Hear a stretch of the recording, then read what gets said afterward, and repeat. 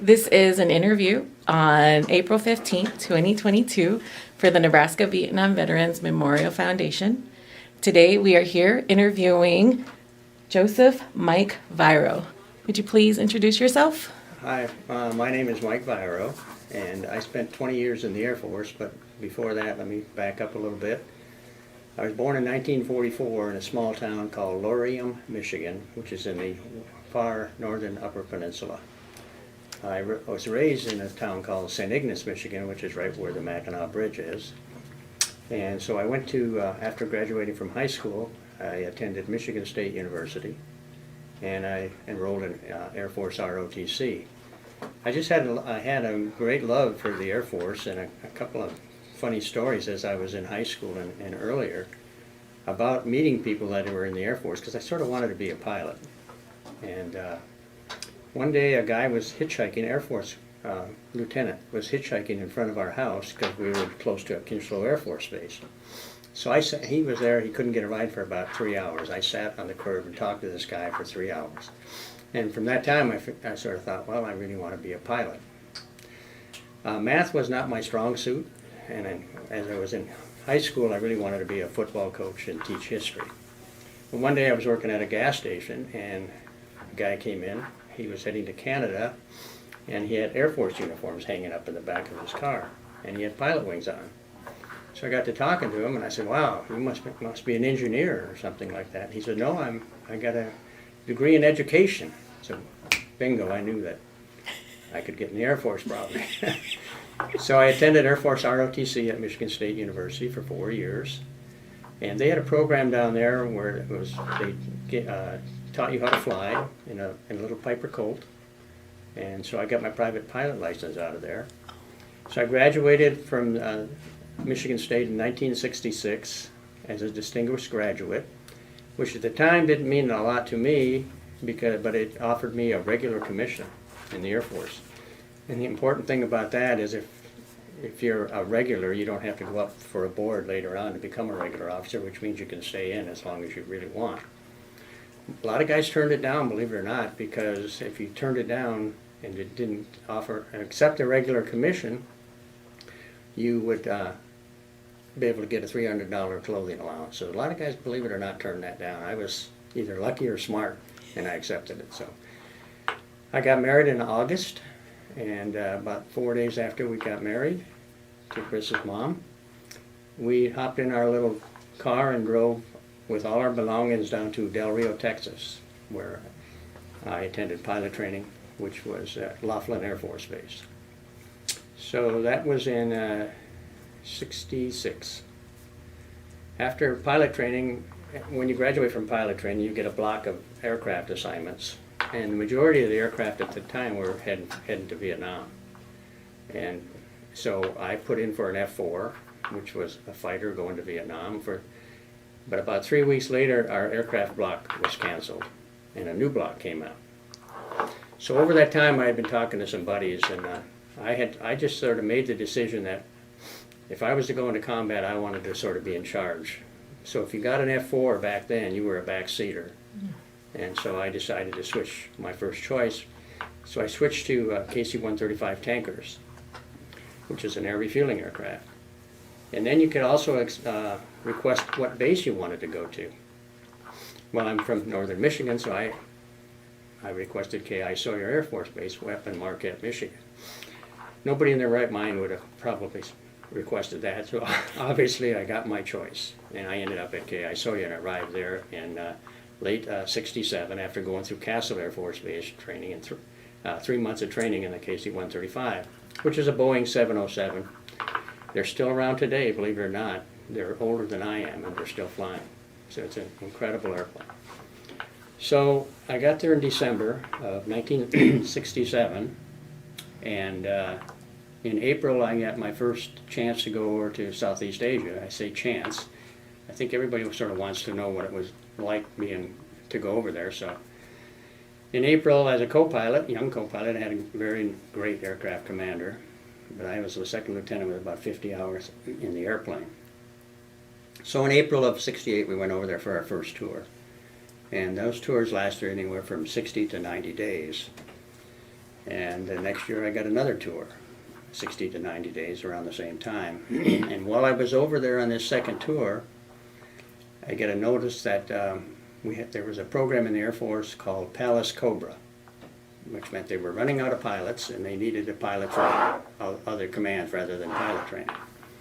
So I was selected on the Palace Cobra list to go to Vietnam, and they told me what my aircraft was, and it was called a U-10, which I had never heard of. I had to go into the headquarters over at Utapao, Thailand, and look and see what kind of an aircraft it was, and it was a Helio Courier, which was originally flown by the CIA. It was a very high wing aircraft, had free castering gears, so when you roll down the runway it would just weather vane into the wind. To put the flaps down, full flaps, you had to crank hand 60 times to full flaps, and it landed at about 35 miles an hour, very slow, and it stopped on a dime. So we were bringing in long-range patrol people into Laos and that. Well, by the time I got down to training in Hurlburt, they had canceled that aircraft, and I had just started training in it. Probably I maybe had I don't know, 3 or 4 rides. So they gave me what's called an O2B. Now you've probably heard of an O2A, which is the FAC version, but this was an O2B, which was used for psychological warfare. We had a big speaker on the side of the airplane with a tape recorder, and we had a chute to drop leaflets. Now this is one of the leaflets, which is called a Chu Hoi Pass. It's called a Safe Conduct Pass, and we probably dumped millions and millions of these on the ground in Vietnam. And what they would do with it, supposedly if a North Vietnamese or a Viet Cong was about to get captured, they would pull this out of their pocket and they would get safe conduct. So anyway, after my tour of duty down in Hurlburt, Florida, where I trained in the O2B, I got sent over to jungle survival in the Philippines, which was about a 4 or 5 day course in jungle survival on the way over to Vietnam. And then from there I landed at Clark Air Force Base, and I remember getting off of that airplane and wow, what a miserable place it looked like. It was red dirt and dust and guys laying all around. It was not a good sight, but I was only there for a couple hours, and I jumped in a C-130 and went up to my base, which was Tui Hoa, which was on Tu Corps, up the coast from Nha Trang. And it was a beautiful base. It was right on the ocean. And I joined my outfit and got checked out. And I think it probably, I don't know, maybe 2 or 3 rides, and then you can get to go solo on yourself. We always flew with an enlisted guy because we had to have someone to set up the tape recorder and someone to toss the leaflets out. So I remember my first mission was pretty hairy. I flew into this little army base called, we worked for the army all the time. Okay, we were not, because we were working psychological warfare, and so they gave us our targets, and they gave us what leaflets to drop. And on the tape recording thing, they gave you the tape to play. And so you would, when you took off, and you would go to the target area, you would set up an orbit and at about 800 feet altitude, which was pretty low for me anyway. And you'd play the tape until you played it for 20 or 30 minutes, and then you went on to your next target and played a different tape or dropped leaflets, whatever the Army requested you to do. So my first mission as solo over there, I landed in this little Army base called LZ English, which was a very narrow runway. And so I landed there and I went in, and as I taxied in, there were 3 Viet Cong hanging on the concertina wire, because that's why they wanted me there, is they had captured a guy, and they had Kit Carson Scout there, which is another guy that had come over to the good side. So they wanted, and they were surrounded by NVA, this LZ English at the time. So they wanted me to take this guy up in an airplane, which was supposedly a Kit Carson Scout, but you know, he was a North Vietnamese guy. So that this guy could talk out, we had a microphone capability where you could talk out the speakers. So this guy, I said, I was pretty nervous about putting a guy in the front seat with me in the airplane, but I had an enlisted guy in the back seat. And can you pause it for us? So when I taxied in, I mentioned that I saw the 3 Viet Cong in there, and they were surrounded by NVA, and they wanted me to fly with this Kit Carson Scout, and he was going to talk his regiment was on the ground real close to there. And I was pretty nervous at first, but I said okay. So I had an enlisted man with me, very little nervous guy, and he was a finance guy. So he didn't have a lot of flying experience. But so I told this guy to get in the back seat, and I took out my .38 and I gave it to him, and I said, if I tell you, because I wasn't sure what this guy was going to say or what he was going to do, but if I tell you, shoot him. So we took off, started playing the speaker mission over where he thought his friends were, and he got sick and started throwing up. The Vietnamese guy. The Vietnamese guy. And it got so bad smelling in the cockpit that I had to abort the mission and come back and land and let him out and clean up the airplane. So that was my first solo mission in the O2. So after that, we had a lot of different kind of missions. Most, like I said, always supporting the Army. And we also had a little bit of fun. We would go. The Army had remote firing bases, LZ this and LZ that, where they had artillery firing.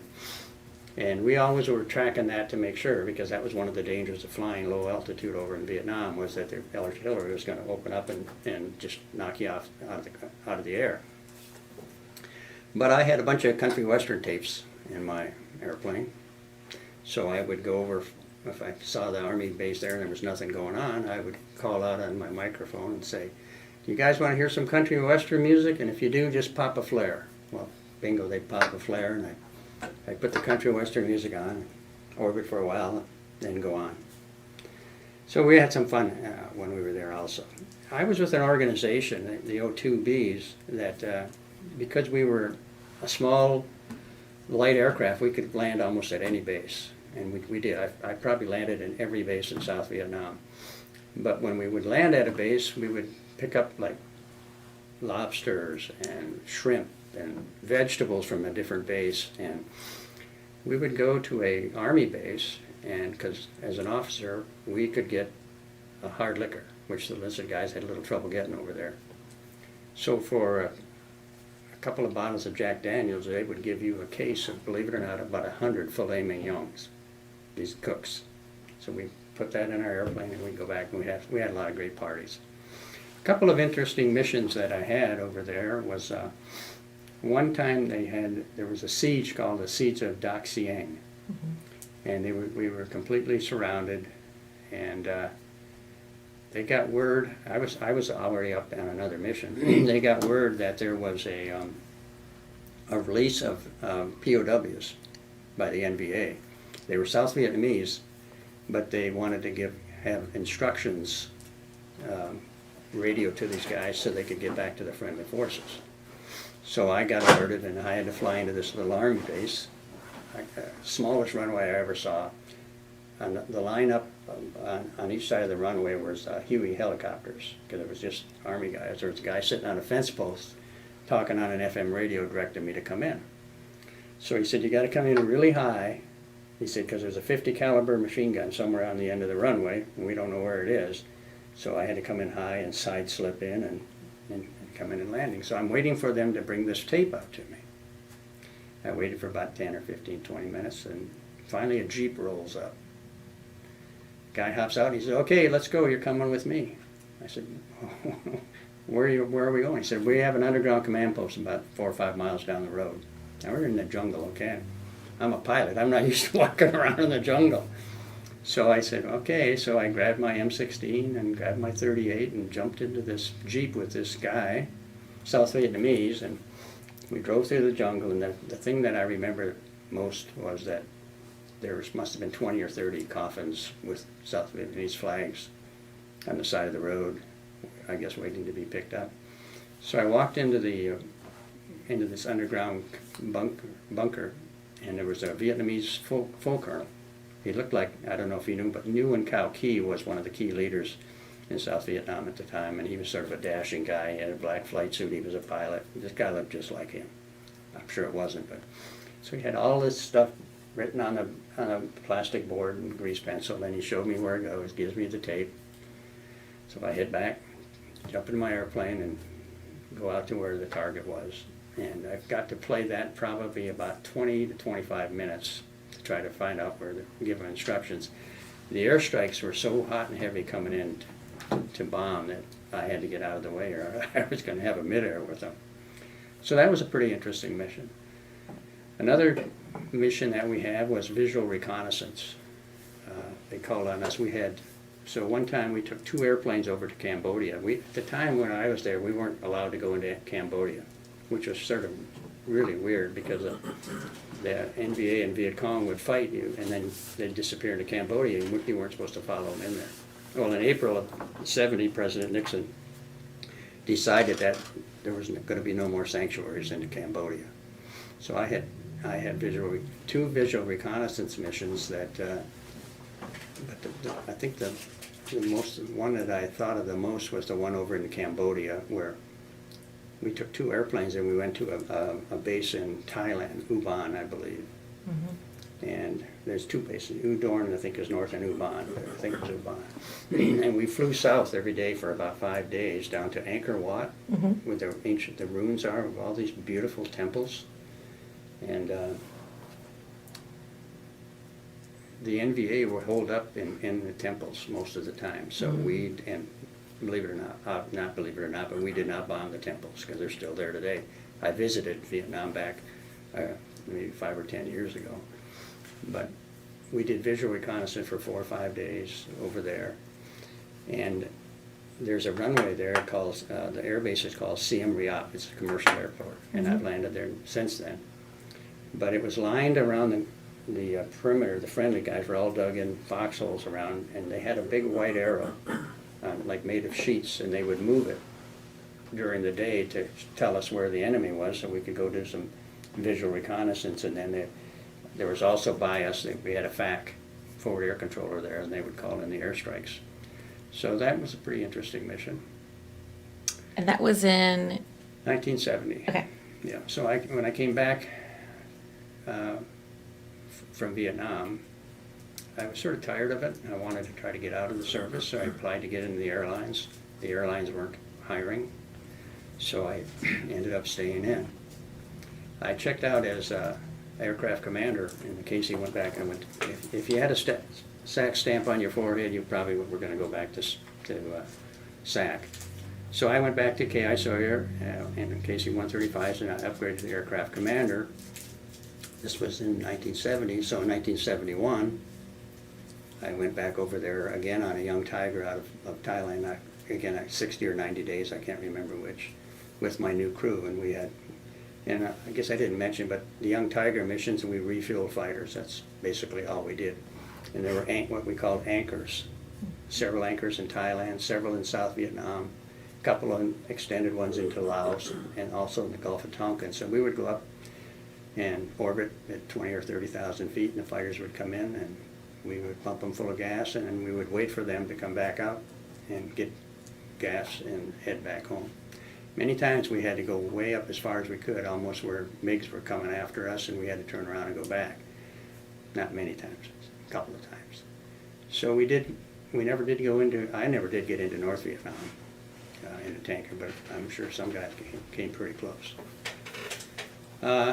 So when I got back from that tour, I got checked out as an instructor in KC-135, and at that time, for some reason, the 3-star general down at Barksdale Air Force Base decided that they were short on B-52 pilots, because not a lot of guys wanted to fly B-52s. It was a long mission.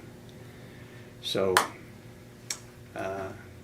he decided that there would be a lot of tanker pilots that would just love to fly KC-135 or B-52s.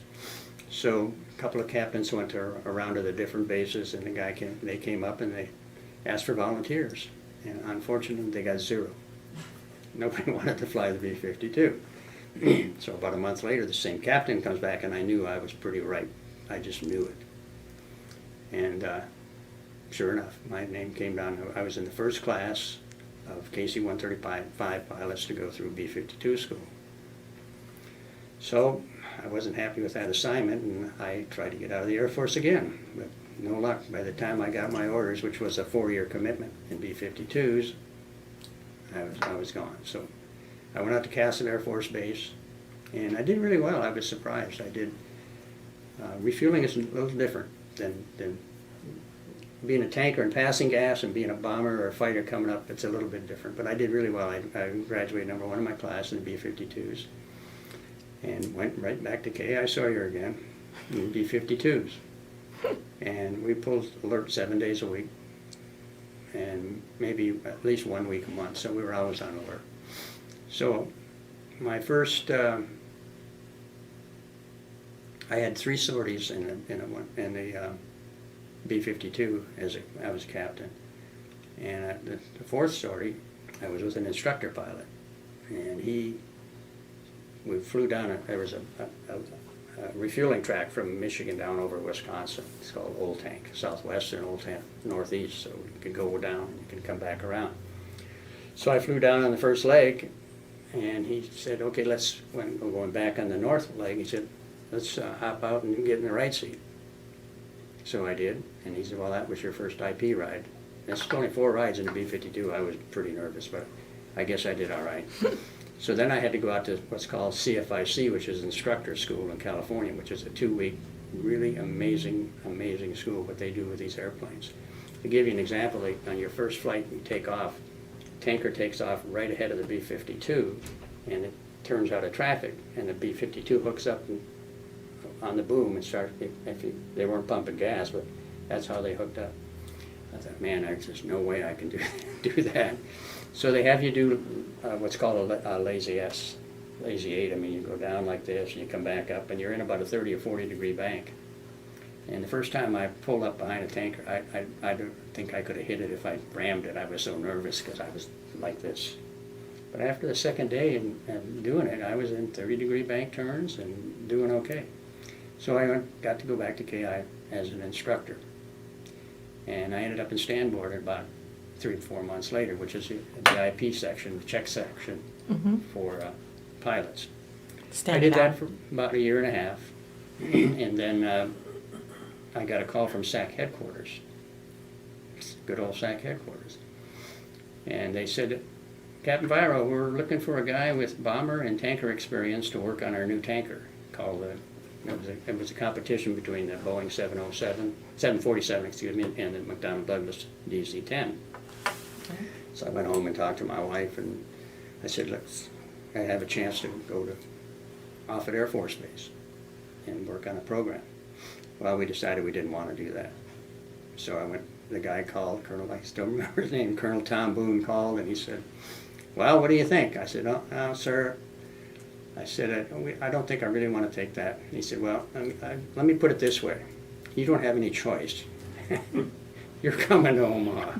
So we packed up and went to Omaha. And it really was a good program. It was selecting a brand new tanker, so I got to take part of the source selection, all the design reviews. So I spent 4 years doing that, in which about 8 or 9 months was down on the selection committee where we had to decide whether we were going to pick a DC-10 or Boeing 747, and we picked the McDonnell Douglas DC-10. So after 4 years of working on that program, I got to go out to Long Beach and McDonnell Douglas for 3 years, and I was the SAC acceptance pilot for which became the KC-10. So I got to fly the DC-10 whenever I wanted to with the Douglas pilots, and I got to fly the KC-10 and do all the design reviews. So that was my next 4 assignments, my next 4-year assignments. It was time I had to leave, and I hadn't mentioned, but I gotten a divorce in Omaha. And, I also didn't mention that Chris was born in pilot training, my son. But anyway, I was now in Long Beach, and I wanted to get back to Omaha. And I tried to figure out, what kind of new job I could get in Omaha. So I had just read in one magazine about this B-2 bomber. Well, I said, boy, I'd like to get back and do that, back at SAC headquarters, and be with my family again. So I had befriended a colonel down at March Air Force Base where I was flying, because I went down and gave them several KC-10 briefings while I was up at Long Beach, and he was now the deputy XP at Offutt, General Johnson. So I went and flew out and saw him, and told him what I wanted to do if I could get this job. And about 2 weeks later, a colonel came from SAC headquarters out and interviewed me, because this was a highly classified program back then. Nobody knew what it looked like. They didn't know anything about it. So I got the B2 assignment back to Offutt. So now, after 4 years of doing that at Offutt, which was really, really neat, I got to do a lot of the basing decisions and the curriculum design reviews and things like that. But now, after 4 years, you have to go somewhere else. So I talked to the 4-star SAC commander, who was on a T-39 with me flying back from Pico Rivera back to Offutt, and he decided he needed a guy out at Northrop who was making the B2 as his eyes and ears. So I got to go back to Northrop and work about 3 more years on the B2 while it was being built. And by that time, it was time to retire. I had spent 20 years, and I always said I had got promoted to full colonel. I turned it down. I just felt that if I wasn't going to make a general, I was going to bail out in 20 years and start another career, which is what I did. So I got out of the Air Force, and I was in Irvine at the time. My old boss in KC-135s hired me down at San Diego for a company where I ended up working a lot of B2 issues. And lo and behold, after about 4 years doing that, I got laid off for the first time in my life, and I had 2 kids in college, brand new house in San Diego, and not knowing what to do. And I was unemployed like for 6 months, but I did have a teaching certificate from Michigan State, so I did substitute teaching, which was quite a thrill, to say the least. And then I finally got a job with another manufacturing company called Sparta, and I worked with them for 30 years. Wow. So I think that's about it, unless you have questions.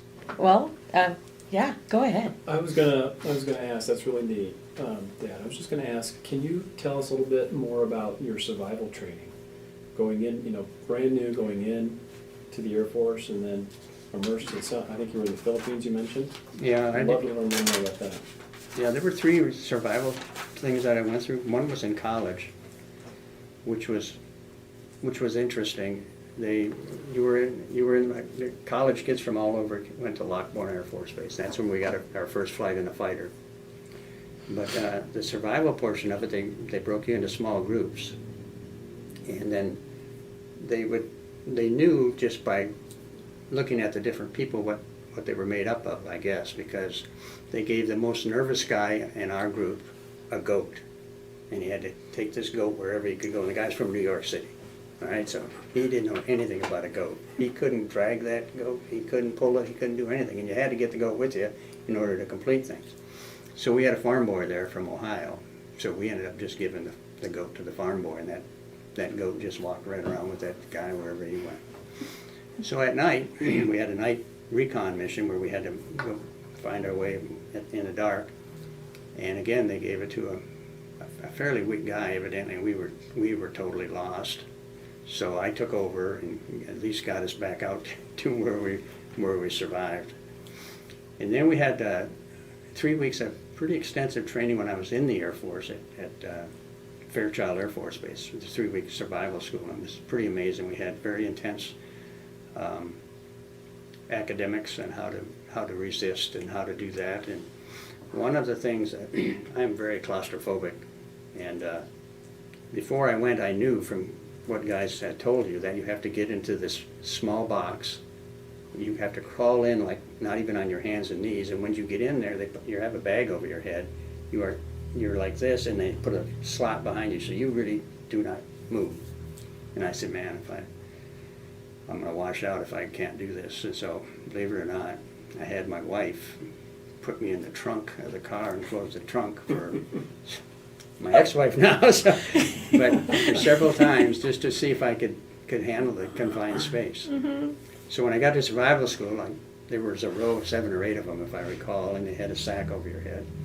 And they put you in this thing, and I really did well. I could get my hand up and get it off of my nose a little bit, but I don't know how long. You'd think you were in there for 30 days, but it's probably minutes. But some guy down the line was screaming, "He can't breathe, I'm dying." And of course everybody runs through your head. But I made it through that part, which is the part that worried me the most. And then part of the survival training, you have to crawl on your hands and knees. We used Kotex pads. We taped Kotex pads on our arms and our knees because we had to crawl for about a mile. And there were booby traps. They had to have a little stick with you. And you did this all on your hands and knees and your stomach, and if you flipped out a flare, you had to go start over. So at the end of this, you drop down into a big ditch, and then you climb out from the concertina wire, and you're captured. Everybody gets captured by. And these were Russian forces. They talked Russian accent. They had all the black Russian uniforms, and they put you in a box. And I couldn't stand up in it. I swear we were in there for 36 hours. I'm not real sure, but it was so long that I was hallucinating because you couldn't sleep because you couldn't stand up. And they'd bang on the door, and they'd come by, and they'd open the door and see. And if you were doing something wrong, they would get you out, and you would have to do sit-ups and that. And then they put you into a POW camp where you could try to escape. But they put, one of the things they did, they had a shallow grave, but it was wider than normal. And it had bamboo over the top of it. And they put a bunch of people in it, 6 or 7 people, and I was lucky enough to be on the bottom. And they close this bamboo thing over you, and they leave you there for about 4 or 5 minutes, and it gets pretty uncomfortable. So I think that was, and then you had a 4 or 5 day E&E where they put you out in the cold. And it was November in Washington, Fairchild, Washington. It was sleeting and snowing, and we got that. The only thing we could take with us for 4 days was a rabbit, which we killed the first day and ate it. And then I took one of the leg bones and had it in my pocket. So every night when we had water, obviously, I would heat the water and put the bone in there and sort of try to make a little broth. But it was very miserable and cold, and we had to hike from certain areas, and we couldn't be found. And then at night we had to make a camp, and we were so wet, soaking wet, and it was cold, that we had to build a fire. And the first thing we had to do was to dry our clothes. They gave us 2 sets of clothes. Well, we had one guy, I still remember his name, Charlie, was an enlisted guy from Chicago. He just went to bed. He left his wet clothes out in a pile, and they were frozen by morning, so he had no clothes. So he was getting really tired. He couldn't make it over the logs and everything like that, so we had to finally put a guy behind him. I put a guy behind him. I was the captain at the time, so I was running the patrol or whatever, our group. So I put a guy behind him to help Charlie get over all these logs, but he just couldn't make it. So we decided that we called there was always an Air Force guy out to the side somewhere, eating peanut butter sandwiches or having a good time watching us. So I got a hold of him, and I said, he cannot make it. He needs to go to the next point and wait for us. So they did, and I told Charlie, Charlie, whatever you do, when we get there, I want a big roaring fire, because we're going to be cold, we're going to be wet.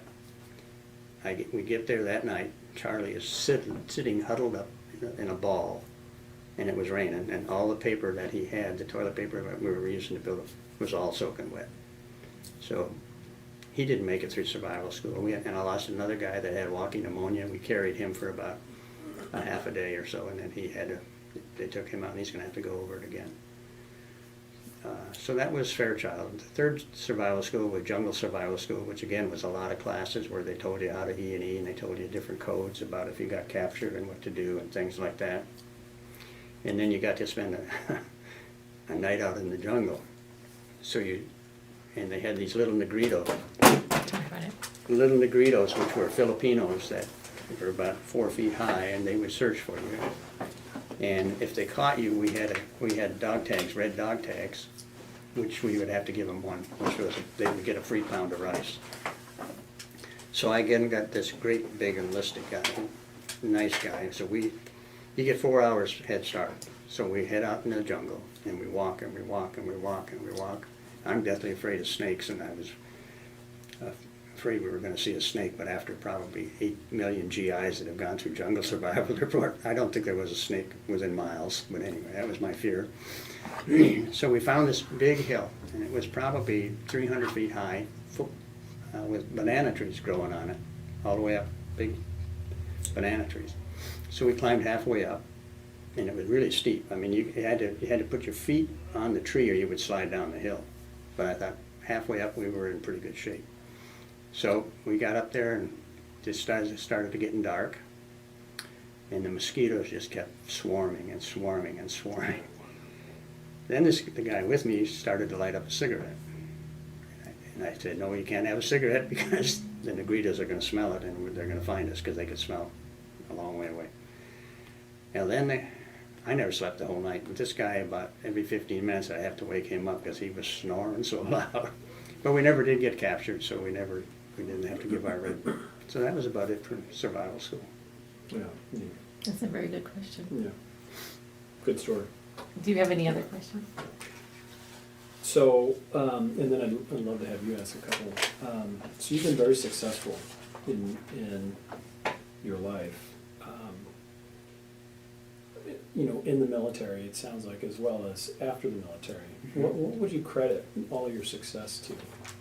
Mm-hmm. I guess I just have an attitude that I never quit. I never give up. Whatever they ask, I always do a little bit more. I think I'm pretty street smart. Mm-hmm. I'm not that intelligently smart, but I'm pretty street smart, and I worked my way up. Like at the company in Sparta, I ended up being the number 10 stockholder. And we were a private company at the time. We went public, so we really did, most of us did pretty well. But I think that's what it was. Mm-hmm. And I love people, and I'm very gregarious, and I'm very outgoing, and I was in marketing, Mm-hmm. business development, so we had a lot of big contracts coming. Mm-hmm. Yeah. Going back into the military part of your career, I'm trying to think if I kept it all together, several tours in Vietnam. Like, I don't know, several. But after the Vietnam conflict, and I'm just amazed by all the planes you got to work with. Was there any other conflict that you you went to? No. Mm-mm. Okay, I just wanted to make sure I didn't No. miss it. But why not? So, what would you say from your time in Vietnam was, I guess, momentous for you in what you wanted to do with the rest of your life? Because you wanted to get out right after, right? You got back from Vietnam and Yeah. you didn't want to stay in longer. Yeah. Why stay? It was just because of the unemployment, or was there more to it? Why stay in? Yeah, because you didn't get out. You ended up staying in. Yeah, well, the airlines weren't hiring, so I stayed in it, and pretty soon you get a commitment. You know, if you get selected to go to B-52 school, you get a 4-year commitment after you complete that school. And by then I had 11, 12 years in. But it was the smartest decision I ever made, was to stay the 20 years. Yeah. I mean, it was a fantastic career. I had very interesting jobs. I have good benefits now. Mm-hmm. And I look back at my military career as one of the, obviously, highlights of my life. What's your favorite aircraft of all the ones you worked on? Do you have a favorite? I had more fun in the O2 in Vietnam because it was a light airplane and you fly in at low altitude and you could go to all kinds of bases. But I think the KC-135, even as old as it is, was my favorite. Mm-hmm. I got several thousand hours in it. B-52 was fun. I loved refueling. I loved the low level, but it was a long mission, 12 hours. Mm-hmm. In fact, when you fly out of KI Sawyer and you take off at 4 in the afternoon and you get back at 4 in the morning, Mm-hmm. and it's like 30 below, there's no way your car's going to start. That's for sure. It is so cold up there. And alert was difficult. We used to we reflexed up to Goose Bay, also in tankers, Goose Bay, Labrador, Mm-hmm. for a week every month. So Air Force life back then was pretty hard. You were gone a lot. Yeah. You had you shared with us the one mission with Kit Carson Scout. Yeah. But you had a couple other missions out there. Nothing as interesting as that one? No, I think Kinda- the first one always gets your heart going a little bit more. You know, it's your first solo, you're in country, and you got to figure out where you're flying to, and you're navigating by rivers and roads, and because you're flying pretty low. But yeah.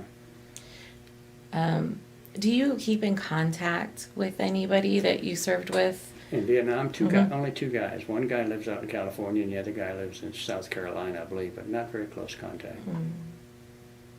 Now, most of the guys that I still in contact with are from our air refueling squadron up at K.I. Sawyer. I'm the president of that, and we have a reunion about every 2 years. We just had one in Branson not too long ago. We're going to probably go back to Branson, Missouri next year, I would imagine. So I'm really in touch with those guys pretty frequently. And now, what brought you back to Nebraska? My son and family. Okay.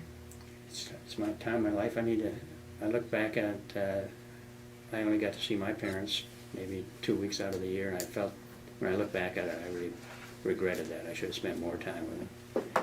He's too busy to come that much with me, so I decided that I'm going to move back to Nebraska and at least spend some time. I also have a house in Tennessee in Knoxville, where my wife's son and grandchildren are. So we sort of have the best of both worlds now. I can be with Chris, and my daughter Kara is moving here too. So our whole family will be together here, and then I got my second family in Knoxville. Yeah. My last question is, you mentioned 20 years in the service and the benefits and everything. How are your veteran benefits here now that you're here in Nebraska? I haven't gone here yet. Okay. But I've tried them in Knoxville, and they're very good. They have what's called a community service. I don't know what they have in Nebraska, but they have a community service, which means that if you go through that, you don't have to pay the copay. So I've had X-rays on my shoulder, and I've had physical therapy, and I didn't have to pay that much. Typically, I have to pay about $50 if I go get eyeglasses or things like that. But man, the VA has been, in California and San Diego, it's outstanding too. They've always been outstanding. Yeah, I work with the Long Beach one, but the one here is great too. So I hope you do get into the system. Where is it located? It's 42nd and Center Ward right there. Yeah, yeah. But I agree that it's a great. It does. Yeah. I'm there too often, probably. Any other questions? Go ahead. So you talked about a couple of neat experiences there in Vietnam, and maybe this one was already one of them. But what would you say your most harrowing experience was when you were in Vietnam? That's a good question. I tried to be pretty safe because the biggest fear that I had was not getting shot down, although we were shot at, was a mid-air collisions, because there were so many helicopters flying. I mean, we were flying 500, 600, 700, 800, 900 feet, and there's so many helicopters that are buzzing all around by these warrant officers were pretty risky guy. I mean, they would take a lot of risks, and so my goal was to just fly safe. But I've lost a lot. I guess one of the things, it wasn't with getting shot at, but I lost an engine at altitude. And Two Corps has a lot of mountains, and they're pretty high up. North of Pleiku, I lost an engine, and if you lose an engine in the O2, you have to be looking for a place to land. And I couldn't find a place to land, so I had to try to, and the only way I got out of there was because I couldn't maintain altitude. So I was following the roads down till I finally got down to Pleiku. But I didn't really want to crash into the highlands up there. Yeah. Were you by yourself when you flew in the O2? No, I usually had an enlisted guy. Oh, it's just an Yeah. enlisted. So you and an enlisted. That's Yeah. it? Yeah. Wow. Interesting. It is. No, Is this the first time you've talked about your Vietnam experience with your family? I think to the most part, I haven't talked about it very much. I'm not sure. I've written about it. I have a pretty good diary of my life. I don't know if they've read it. And we've talked a little bit here and there about some of his, I guess I'll call them adventures in Vietnam and the military. That's interesting. You kept a diary, though. I've kept a diary for 20-some years, maybe longer now. Yeah. Yeah. He keeps adding to it. Good. Yeah. That's great. I mean, your recollection of everything is awesome. And you spoke very well. I mean, you went through very nicely. Okay, good. I don't have any other questions. Okay. Well, I'll just say thank you for your service. Well,